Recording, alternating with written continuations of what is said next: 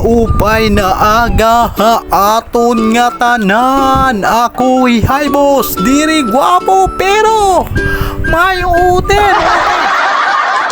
For to this video nga yan di kita yan na hamay barangay hall kay ginuhulat nato nan aton estudyante nga babayi kay first day of school niya yan na kindergarten. Di nila ito hamay barangay utyo. Ko kasunduhan akon babayi kumadiliwat kita may katbaluganwan para sunduunan akon kuya nga bulilits. Oo, kaya siya manggod ini an aton daily routine atid sundo magiging guwim bulilits na liwat kita. Let's go. Na-remember ko lodan akon pag-eskwela na elementary pa.